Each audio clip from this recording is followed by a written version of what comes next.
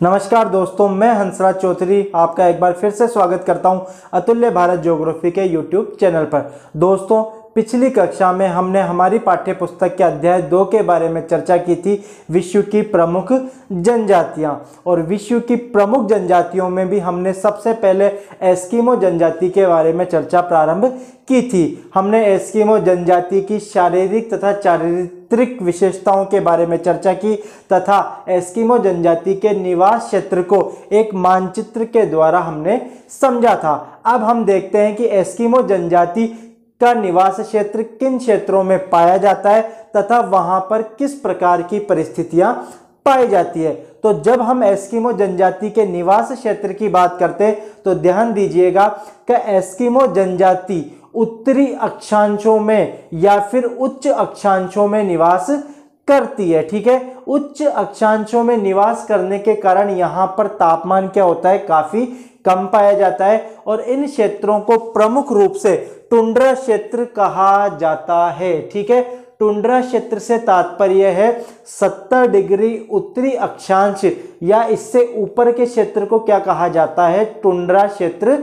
कहा जाता है। तो जब हम एस्किमो जनजाति के निवास क्षेत्र के बारे में चर्चा करते हैं तो एस्किमो जनजाति का निवास क्षेत्र कहाँ पे पाया जाता है, आर्कटिक व टुंड्रा प्रदेशों तक ही सीमित है। जब से मतलब प्रारंभ से, जब से ये भी मानव सभ्यता का प्रारंभ हुआ है तब से ही एस्किमो जनजाति किन क्षेत्रों में निवास करती है, तो आर्कटिक व टुंड्रा प्रदेशों में निवास करती है। आर्कटिक क्षेत्र से तात्पर्य है 66.5 डिग्री से ऊपर वाले क्षेत्र को क्या कहा जाता है, आर्कटिक क्षेत्र कहा जाता है। ठीक है, तो 66.5 डिग्री अक्षांश से ऊपर वाले क्षेत्र को आर्कटिक क्षेत्र कहा जाता है तथा कोपेन के जलवायु वर्गीकरण के अनुसार 70 डिग्री से ऊपर वाले क्षेत्र को, 70 डिग्री उत्तरी अक्षांश से ऊपर वाले क्षेत्र को क्या कहा जाता है, टुंड्रा क्षेत्र कहा जाता है। तो हम ये कह सकते हैं कि जो ये 66.5 डिग्री आर्कटिक वृत्त है, इससे ऊपर वाले भाग में कौन सी जनजाति निवास करती है, एस्किमो जनजाति निवास करती है। ठीक है, तो प्रारंभ से ही एस्किमो जनजाति का निवास क्षेत्र कहां पाया जाता है, आर्कटिक व टुंड्रा प्रदेशों में पाया जाता है। इन क्षेत्रों में भी कहां से हमने मानचित्र के द्वारा समझा था कि बेरिंग जल संधि से लेकर के कहां तक, अलास्का तक निवास करते हैं। ठीक है, बेरिंग जल संधि या बेरिंग जल डमरू मध्य क्या है, एशिया को उत्तरी अमेरिका महाद्वीप से पृथक करने वाला जलीय भाग, उसे क्या कहा जाता है, बेरिंग जल डमरू मध्य कहा जाता है। ठीक है, विस्तृत टुंड्रा प्रदेश में जो निवास करते हैं लोग, उनको अलग अलग क्षेत्रों में अलग अलग नामों से जाना जाता है। जो जनजाति या जो लोग अलास्का, उत्तरी कनाडा तथा ग्रीनलैंड में निवास करते हैं उनको क्या कहा जाता है, एस्किमो कहा जाता है। जबकि स्कैंडिनेविया, हमने पिछली कक्षा में चर्चा की थी, स्कैंडिनेविया क्या है, नॉर्वे, फिनलैंड तथा स्वीडन, 3 देशों के समूह को सम्मिलित रूप से क्या कहा जाता है, स्कैंडिनेविया कहा जाता है। तो स्कैंडिनेविया में जो निवास करते हैं उन लोगों को क्या कहा जाता है, लैप्स कहा जाता है। और उत्तरी साइबेरिया में जो निवास करते हैं उनको समोएड्स, चुकची, तुंग तथा याकूत के नाम से जाना जाता है। उत्तरी साइबेरिया का विस्तार यूरोप तथा एशिया दोनों महाद्वीपों के अंदर पाया जाता है। ठीक है, तो टुंड्रा क्षेत्रों में जो अलग अलग क्षेत्र हैं उनमें अलग अलग नाम से इन्हें जाना जाता है। ग्रीनलैंड तथा अलास्का और उत्तरी कनाडा में इनको एस्किमो के नाम से जाना जाता है, जबकि यूरोप के स्कैंडिनेवियाई भाग में इनको लैप्स के नाम से जाना जाता है और उत्तरी साइबेरिया में इनको समोएड्स, याकूत, तुंग तथा चकची के नाम से जाना जाता है। जब हम इनके निवास क्षेत्र की परिस्थितियों की बात करते हैं तो यहाँ पर काफी कठोर परिस्थितियां पाई जाती है। कठोर परिस्थितियों से तात्पर्य है कि यह उत्तरी अक्षांशों में विस्तृत होने के कारण यहाँ पर तापमान क्या पाया जाता है, काफी कम पाया जाता है। क्यों पाया जाता है, क्योंकि हमें पता है कि विषुवत रेखा से ध्रुवों की ओर जाने पर सूर्य की किरणें क्या पड़ती हैं, तिरछी पड़ती है। यहाँ पर वर्ष के अधिकतम समय क्या होता है, तापमान बिल्कुल कम पाया जाता है, या फिर सूर्य की किरणें क्या पड़ती हैं, तिरछी पड़ती है। ठीक है, तो यहाँ की परिस्थितियों की अगर हम चर्चा करते हैं तो यहाँ पे क्या पाया जाता है, तो ध्यान दीजिएगा, यहाँ पर निम्न तापमान पाया जाता है, वर्ष भर बर्फीली आंधियां चलती है और कम रोशनी होने के कारण एक कठोर प्रकार की जलवायु पाई जाती है। ठीक है, हम लिख सकते हैं कि यहाँ पर क्या है, तापमान काफी कम पाया जाता है, बर्फीली आंधियां चलती है और रोशनी काफी कम होने के कारण काफी कठोर जलवायु पाई जाती है। ठीक है, यहाँ पर शीत ऋतु का विस्तार काफी लंबे समय तक पाया जाता है, लगभग 9 से 10 माह तक यहाँ पे क्या होता है, सर्दियों का विस्तार पाया जाता है और 1 या 2 माह के लिए ही ग्रीष्म ऋतु आती है और इस ग्रीष्म ऋतु में यहाँ पे कई प्रकार के शैवाल, लाइकेन आदि का विस्तार हो जाता है। ठीक है, यहाँ पर बर्फ का विस्तार अधिक पाए जाने के कारण वनस्पति भी काफी कम पाई जाती है। ठीक है, तो अगर हमसे एस्किमो जनजाति के निवास क्षेत्र के बारे में पूछे तो हम इस प्रकार से लिख सकते हैं।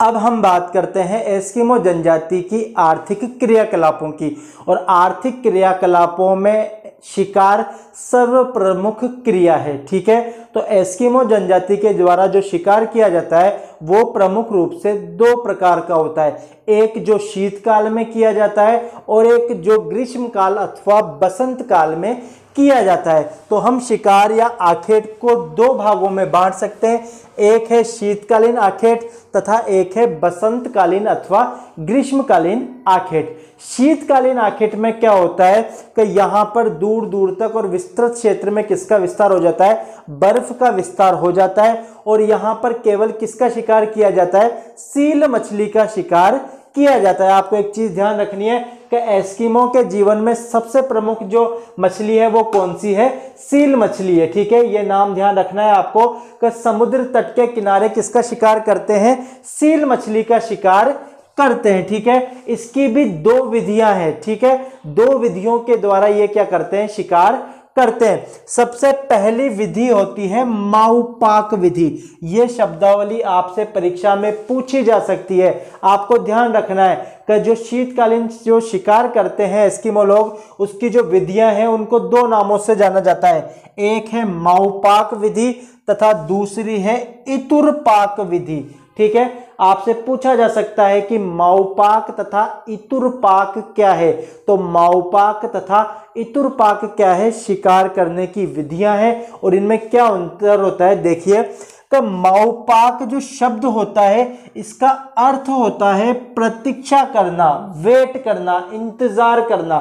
ठीक है, इसमें क्या करता है जो एस्किमो है वो क्या करता है, सील मछली का शिकार करने के लिए फंदा डालकर इंतजार करता है। ठीक है, किस प्रकार से इंतजार करता है, तो देखिए जब मछली बर्फ में बने छिद्र में श्वास लेने के लिए आती है तब एस्किमो द्वारा रखी गई हड्डी की छड़ हिल जाती है, तब एस्किमो अपने हथियार से उस सील मछली का क्या करता है, शिकार करता है। ठीक है, मान लीजिए ये एक विस्तृत क्षेत्र है, यहाँ पे क्या है, एक छिद्र है, बर्फ में क्या बना दिया, एक छिद्र बना दिया।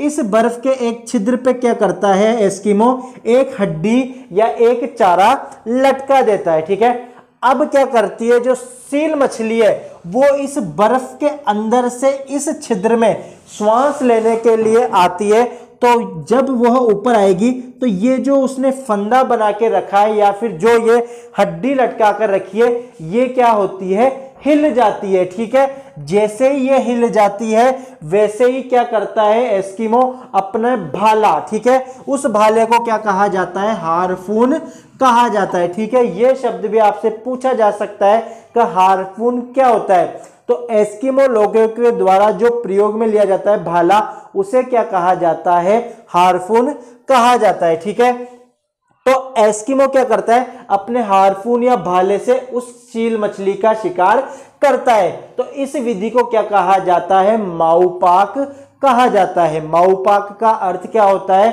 प्रतीक्षा करना, तो शिकार की प्रतीक्षा करता है एस्किमो भाला लेके, और जैसे ही वो सील मछली ऊपर श्वास लेने के लिए आती है वैसे ही उस भाले से उसको मारकर उसका शिकार कर लेता है। ठीक है, शिकार की दूसरी विधि कौन सी है? इतुरपाक विधि।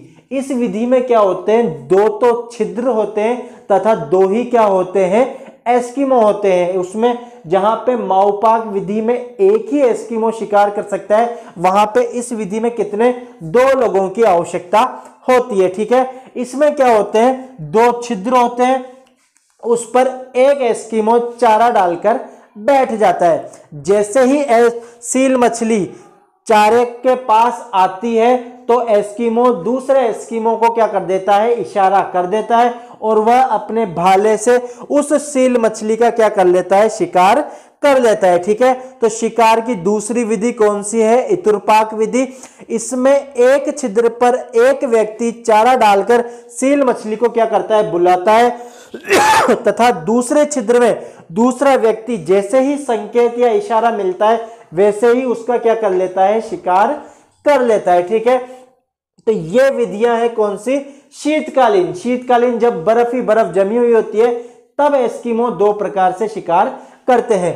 अब हम बात करते हैं बसंतकालीन आखेट की अथवा ग्रीष्मकालीन आखेट की। ठीक है, ग्रीष्म ऋतु में क्या होता है, बर्फ पिघल जाती है और थोड़ा वनस्पतियों का क्या हो जाता है, हल्का फुल्का विस्तार होने लग जाता है। तो मार्च में जब सील मछलियां श्वास लेने के लिए या धूप सेकने के लिए धरातल पर आती है तो एस्किमो उनका अपने भाले से क्या कर लेता है, शिकार कर लेता है। ठीक है, बसंत काल में जो सील मछली का शिकार किया जाता है इसे उतोक कहा जाता है।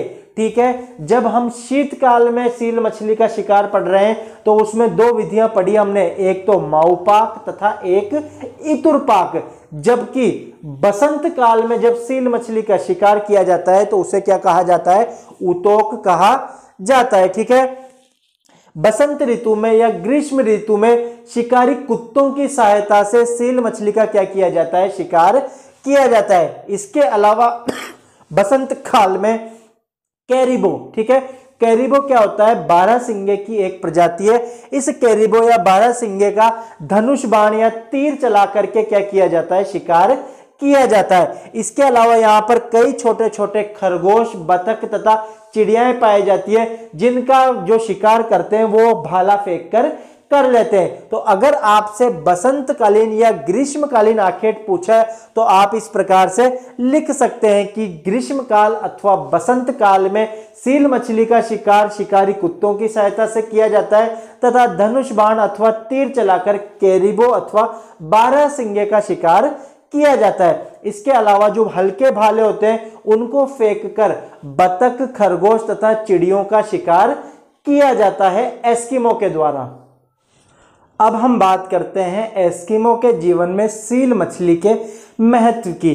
देखिए, एस्किमो के जीवन में सील मछली का अत्यधिक महत्व होता है और कई रूपों में सील मछली का क्या किया जाता है, प्रयोग किया जाता है। तो किन किन रूपों में सील मछली का प्रयोग किया जाता है, तो सबसे पहले सील मछली को खाने के लिए प्रयोग किया जाता है और सील मछली के द्वारा भोजन या मांस की प्राप्ति होती है। ठीक है, तो एस्किमो को सर्व प्रमुख चीज क्या है, सील मछली से भोजन अथवा मांस की प्राप्ति होती है। इसके अलावा सील मछली की खाल अथवा चमड़े से कपड़े बनाए जाते हैं। ठीक है, सील मछली के जो चमड़ा है या खाल है उसका उपयोग क्या बनाने में किया जाता है, कपड़े बनाने में किया जाता है। इसके अलावा सील मछली के खाल से तंबू भी बनाए जाते हैं। ठीक है, काफी मजबूत खाल होती है, काफी मोटी खाल होती है, तो इसके द्वारा क्या बनाए जाते हैं, तंबू भी बनाए जाते हैं। ठीक है, सील मछली की जो चर्बी होती है उसमें वसा की मात्रा काफी ज्यादा होती है, इस कारण से इसकी चर्बी को ईंधन के रूप में भी काम में लिया जाता है। जो इनके निवास ग्रह होते हैं इसको अंदर से गर्म रखने के लिए सील मछली की चर्बी को जलाया जाता है। तो सील मछली की चर्बी को किसके रूप में, ईंधन के रूप में भी काम में लिया जाता है। इसके अलावा सील मछली की हड्डियों का प्रयोग इनकी जो स्लेज गाड़ी है उसको बनाने में किया जाता है, तथा जो सील मछली की आंत होती है अथवा तांत होती है उसका उपयोग धागे के रूप में भी किया जाता है। तो अब हम बात करें कि सील मछली का एस्किमो के जीवन में क्या महत्व है अथवा क्या उपयोग है। यह प्रश्न क्या है, बोर्ड परीक्षा में आपसे पूछा जा सकता है कि एस्किमो के जीवन में सील मछली का क्या महत्व या क्या उपयोग है। तो ये आपको 6 उपयोग अथवा महत्व याद रखने कि खाने के लिए इससे मांस प्राप्त होता है, इसकी खाल से कपड़े बनाए जाते हैं, इसकी खाल का उपयोग तंबू बनाने में किया जाता है, इसकी चर्बी को जलाने के लिए काम में लिया जाता है, इसकी हड्डियों से स्लेज गाड़ी बनाई जाती है तथा इसकी आंतों अथवा तांतों को धागे के रूप में प्रयोग में लिया जाता है। अब हम बात करते हैं एस्किमो जनजाति के वस्त्रों की। ठीक है, तो एस्किमो जनजाति के वस्त्र प्रमुख रूप से कैरिबो जो बारहसिंगे की एक प्रजाति है उसकी खाल से बने हुए होते हैं। ठीक है, हमने चर्चा की थी कि सील मछली की खाल से भी ये कपड़े बनाते हैं, लेकिन कैरिबो की खाल से बने हुए वस्त्रों का अधिक उपयोग किया जाता है क्योंकि सील मछली की तुलना में जो कैरिबो की खाल है वो एक तो अधिक गर्म होती है, इसके अलावा वह वजन में हल्की होती है, जिस कारण इनको पहनने में क्या होती है, सुविधा होती है। ठीक है, तो एस्किमो जनजाति के जो वस्त्र है प्रमुख रूप से किसकी, कैरिबो की खाल की बने हुए होते हैं। ठीक है, इसके अलावा यहाँ पे भालू का जो समूर है, ठीक है, ध्रुवीय भालू होते हैं, उनका जो समूर, समूर से तात्पर्य जो बालों वाली उनकी ऊपरी खाल होती है उसका भी उपयोग किया जाता है। ठीक है, एस्किमो जनजाति के वस्त्र बनाने का कार्य प्रमुख रूप से महिलाएं ही करती है और स्त्रियों तथा पुरुष दोनों के जो वस्त्र होते हैं वो लगभग क्या होते हैं, एक समान ही होते हैं। ठीक है, यह क्या करते हैं, एक बाहदार जर्सी नुमा एक कपड़ा ऊपर से डालते हैं खाल का बना हुआ, इसे तिमी आक कहा जाता है। ठीक है, इन शब्दावलियों पे ध्यान दीजिएगा, यह 1 नंबर के प्रश्नों में आपसे पूछी जाती है। ठीक है, तिमियाक क्या होता है कि एक बाहदार जर्सी नुमा वस्त्र है जो एस्किमो के द्वारा प्रयोग में लिया जाता है। ठीक है, इसके ऊपर से जो एक और कपड़ा पहनते हैं उसको कहा जाता है अनुहाक। ठीक है, तिमियाक और अनुहाक में क्या फर्क है कि तिमियाक एक बाहदार जर्सी नुमा वस्त्र होता है जिसे तिमियाक कहते हैं और इसके ऊपर जो एक ऊपर से और कपड़ा ओढ़ा जाता है उसे क्या कहा जाता है, अनुहाक कहा जाता है। ठीक है, इसके अलावा जो एस्किमो है वो सील मछली की खाल से बने हुए जूतों का प्रयोग करते हैं। इन जूतों को कार्मिक अथवा मुकलुक्स कहा जाता है। यह प्रश्न बोर्ड परीक्षा में 1 नंबर में कई बार पूछा गया है, 1 अंक के प्रश्नों में, कि कार्मिक अथवा मुकलुक्स क्या है। ठीक है, तो कई बार हम लिखे आते हैं सील मछली से बने हुए जूतों को कार्मिक कहते हैं। ठीक है, इसमें हमें पूरे अंक नहीं मिलते हैं, आपको इस प्रकार से लिखना होगा कि एस्किमो जनजाति के सील मछली के चमड़े अथवा खाल से बने हुए जूतों को कार्मिक अथवा मुकलुक्स कहा जाता है। केवल सील मछली लिखने से आपको पूरे अंक नहीं मिलेंगे बल्कि आपको एस्किमो जनजाति भी लिखना होगा। तो एस्किमो जनजाति के सील मछली अथवा के खाल अथवा चमड़े से बने हुए जूतों को क्या कहा जाता है, कार्मिक अथवा मुकलुक्स कहा जाता है। अब हम बात करते हैं एस्किमो जनजाति के निवास ग्रहों की। तो एस्किमो लोगों के जो निवास ग्रह होते हैं वो प्रमुख रूप से बर्फ, पत्थर, हड्डियों तथा खाल से बने हुए होते हैं। ठीक है, शीतकाल के लिए जो एस्किमो लोग घर बनाकर रहते हैं उसे इग्लू कहा जाता है। यह शब्द आपको याद रखना है, आपसे 1 अंक के प्रश्न में पूछा जा सकता है कि इग्लू किसे कहते हैं। ठीक है, तो एस्किमो लोगों के द्वारा जो शीतकाल में बर्फ के घर बनाए जाते हैं उन्हें क्या कहा जाता है, इग्लू कहा जाता है। ठीक है, इसके अलावा जमीन के अंदर ये 5 से 6 फीट गहरे और 2 से 3 फीट धरातल से ऊपर उठे हुए लकड़ी और व्हेल मछली के ढांचे का जो एक घर बनाते हैं उसे कर्मक कहा जाता है।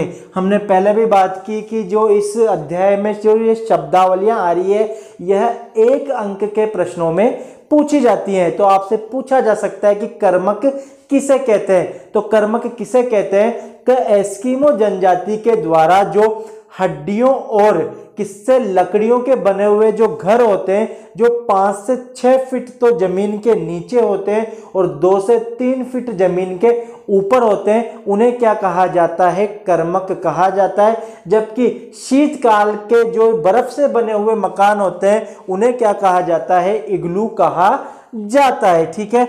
इसके अलावा ग्रीष्म काल में एस्किमो लोग अस्थायी खाल से बने हुए तंबुओं में रहते हैं। ठीक है। अस्थायी क्या होते हैं कि ग्रीष्म काल काफी छोटी अवधि का होता है तो उसके लिए खाल से बने हुए तंबू बना लेते हैं और उनमें ये निवास करते हैं। और शीतकाल लंबा होता है तो उस समय पर यह इग्लू और कर्मक में निवास करते हैं। ठीक है। कर्मक में आपको ध्यान देना है कि कर्मक क्या होता है? 5 से 6 फीट तो जमीन के नीचे होता है और 2 से 3 फीट ही क्या होता है? जमीन से ऊपर होता है। और किससे बने हुए होते हैं? लकड़ी के और व्हेल मछली की हड्डियों के ढांचे से बनते हैं।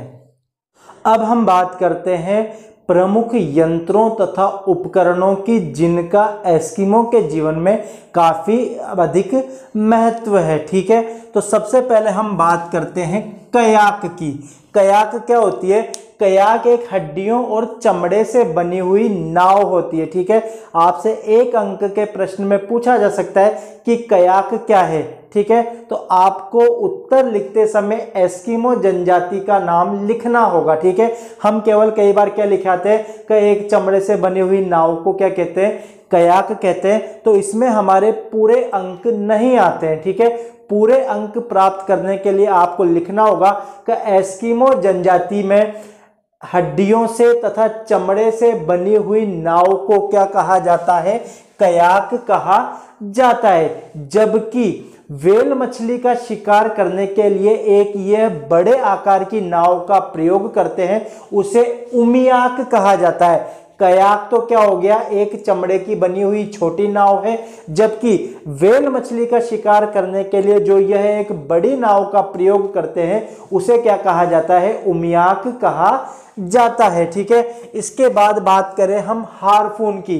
ठीक है। तो हार्पून इनका एक यंत्र होता है जो भाले के आकार का होता है और इसका प्रयोग किसमें? सील मछली के शिकार के लिए किया जाता है। तो हम लिख सकते हैं कि एस्किमो जनजाति के द्वारा सील मछली के शिकार में प्रयुक्त एक भालेनुमा यंत्र जो किससे? रस्सी से बंधा हुआ होता है, उसे क्या कहा जाता है? हार्पून कहा जाता है। ठीक है। किसके शिकार के लिए प्रयोग में लिया जाता है? सील मछली के शिकार के लिए प्रयोग में लिया जाता है। कैसा होता है? एक भाले के आकार का होता है और वह एक रस्सी से बंधा हुआ होता है। इसे फेंक कर ये क्या करते हैं? सील मछली का शिकार करते हैं और उसे रस्सी से वापस खींचकर वापस अपने पास ले लेते हैं। ठीक है।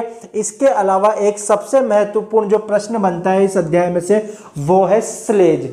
स्लेज क्या होती है? कि एस्किमो जो जनजाति है वह व्हेल मछली की हड्डियों से एक गाड़ी बनाते हैं जो पहिए विहीन होती है। इसमें पहिए नहीं होते हैं, बल्कि इस गाड़ी को कौन खींचता है? रेंडियर तथा जंगली कुत्ते इस गाड़ी को खींचते हैं। तो अगर आपसे स्लेज पर टिप्पणी पूछी जाए तो हम लिख सकते हैं कि एस्किमो जनजाति की व्हेल मछली की हड्डियों से निर्मित पहिया विहीन गाड़ी जो रेंडियर तथा जंगली कुत्तों के द्वारा खींची जाती है उसे क्या कहा जाता है? स्लेज कहा जाता है। तो ये 4 महत्वपूर्ण शब्दावलियां हैं।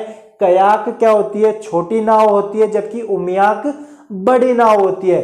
हार्पून इनका एक भालेनुमा यंत्र होता है, जबकि स्लेज क्या है? एक पहिया विहीन गाड़ी है।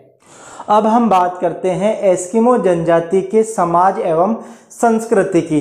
तो समाज की बात करें तो ध्यान दीजिएगा कि एस्किमो जनजाति छोटे छोटे समूहों में निवास करती है। ठीक है। एक तो इनकी जनसंख्या काफी कम है और उसमें भी ये क्या करते हैं? छोटे छोटे समूहों में क्या करते हैं? निवास करते हैं। और इनका जो जीवन है वो घुमक्कड़ है। घुमक्कड़ से तात्पर्य है ये सदैव शिकार अथवा भोजन की तलाश में एक स्थान से दूसरे स्थान पर घूमते रहते हैं। तो पहली चीज ये छोटे छोटे समूहों में निवास करते हैं तथा दूसरा इनका जीवन क्या है, घुमक्कड़ है, यह भोजन की तलाश में घूमते रहते हैं। इनका जो समाज है वो पितृवंशीय है। ठीक है, देखिए व्यवस्थाएं, जो सामाजिक व्यवस्थाएं होती है वो दो प्रकार की होती है, एक मातृसत्तात्मक तथा एक पितृसत्तात्मक। हमारे यहाँ पर पितृसत्तात्मक जो समाज है वो अधिक देखा जाता है, पिता के नाम से ही वंश या उसका नाम आगे चलता है। ठीक है, तो एस्किमो में भी जो समाज है वो क्या है, पितृवंशीय है या पितृसत्तात्मक सत्ता पाई जाती है। एस्किमो लोगों में बहुपत्नी प्रथा का भी प्रचलन है, एक व्यक्ति एक से अधिक पत्नियां रख सकता है। ठीक है, और ग्रीष्म काल में ही इनके कई उत्सव तथा समारोह मनाए जाते हैं। शीतकाल में भोजन की कमी होती है तथा शीतकाल काफी क्या होता है, कठोर होता है, तो एक साथ ये भोजन का संग्रहण करके उस शीतकाल को व्यतीत करते हैं। और जब ग्रीष्म ऋतु आती है, चारों ओर बर्फ पिघल जाती है, वनस्पतियां उगती है, छोटे छोटे जीव जंतु बाहर निकलते हैं तो उनका शिकार करते हैं। तो ग्रीष्म ऋतु में ही क्या करते हैं, ये कई प्रकार के समारोह तथा उत्सव मनाते हैं। इसके अलावा एस्किमो लोग जादू टोने में भी विश्वास रखते हैं। ठीक है, ये चीज ध्यान दीजिएगा कि हमारे जो आदिवासी जनजातियां होती है वह जादू टोने में विश्वास रखती हैं, तो उसी प्रकार से एस्किमो लोग भी जादू टोने में भी विश्वास रखते हैं। और एस्किमो लोग जिस भाषा में बात करते हैं उसे एल्यूट कहा जाता है। यह शब्द ध्यान दीजिएगा, यह 1 नंबर के प्रश्न में पूछा जाता है कि एल्यूट क्या है। तो एस्किमो लोगों की जो भाषा है उसे क्या कहा जाता है, एल्यूट कहा जाता है। इसके अलावा यहाँ पर एक विशेष जो गतिविधि है वो भी देखी जाती है कि यहाँ पर क्या होता है, कठोर जलवायु होने के कारण भोजन की कमी होती है। और जब भोजन की क्या होती है, कमी होती है, तो जो बूढ़े और अशक्त व्यक्ति होते हैं जो शिकार नहीं कर सकते वो क्या कर लेते हैं, आत्महत्या कर लेते हैं। ठीक है, ये एक देखिए ध्यान दीजिए कि कठोर शीत ऋतु में भोजन की कमी होने पर बूढ़े और जो अशक्त व्यक्ति होते हैं वो क्या कर लेते हैं, आत्महत्या कर लेते हैं, ताकि जो जवान या जो बच्चे हैं उनके लिए भोजन की कमी न हो। अब हम बात करते हैं एस्किमो जनजाति के वातावरण से समायोजन की, कि किस प्रकार से कठोर जलवायु में एस्किमो लोग अपना जीवन निर्वाह करते हैं। ठीक है, हम सोच भी नहीं सकते इतनी ज़्यादा कठोर वहाँ पर दशाएं पाई जाती है, और उसमें भी एस्किमो लोगों ने वहाँ पर उपलब्ध सीमित संसाधनों का उपयोग करके उस वातावरण से अनुकूलन करके अपना जीवन निर्वाह करते हैं। ठीक है, वहाँ पर जो जलवायु है वो काफ़ी कठोर पाई जाती है, तापमान काफ़ी कम पाया जाता है तथा काफ़ी विपरीत परिस्थितियाँ पाई जाती है। ठीक है, चारों तरफ बर्फ का विस्तार पाया जाता है और साल में लगभग 9 से 10 महीने तक बर्फ जमी हुई होती है। तो उस बर्फीले क्षेत्र में एस्किमो लोगों ने बर्फ का ही प्रयोग करके बर्फ के ही घर बनाकर वहां पर निवास कर रहे हैं। इन बर्फ से बने हुए घरों को क्या कहा जाता है, इग्लू कहा जाता है। कि ठंडे क्षेत्रों में, बर्फीले क्षेत्रों में बर्फ से ही घर बनाकर वो क्या कर रहे हैं, निवास कर रहे हैं। ठीक है, बर्फ पर चलाने के लिए वह बिना पहियों की गाड़ी स्लेज का उपयोग करते हैं, और स्लेज बनाने के लिए किसकी हड्डियों का उपयोग कर रहे हैं, वो वालरस की हड्डियों का प्रयोग करते हैं। ठीक है, बिना पहिए की गाड़ी बर्फ पर आसानी से खींच लेने के लिए जंगली कुत्तों तथा रेंडियर का क्या करते हैं, उपयोग करते हैं। इसके अलावा बर्फीले क्षेत्रों में क्या होते हैं, हिम झंझावत, बर्फीले तूफान आते हैं तथा जो बर्फ की सतह है उस पर सूर्य की किरणें पड़ने से जो तीक्ष्ण चमक उत्पन्न होती है उससे अपनी आंखों को बचाने के लिए यह हिम कवच का भी प्रयोग करते हैं। हिम कवच मतलब आंख को बचाने के लिए आंख पर एक कवच लगाते हैं जिससे आंखों की प्रोटेक्शन हो सके तीव्र जो बर्फीले तूफान आते हैं उससे, तथा जो बर्फ पर सूर्य की किरणें पड़ती है जिससे वो तीक्ष्ण चमक उत्पन्न होती है उससे आंखों को बचाने के लिए आंखों पर एक कवच का भी क्या करते हैं, उपयोग करते हैं। तो इस प्रकार से एस्किमो लोग सीमित संसाधनों का उपयोग करते हुए वहां पर जीवन व्यतीत करते हैं।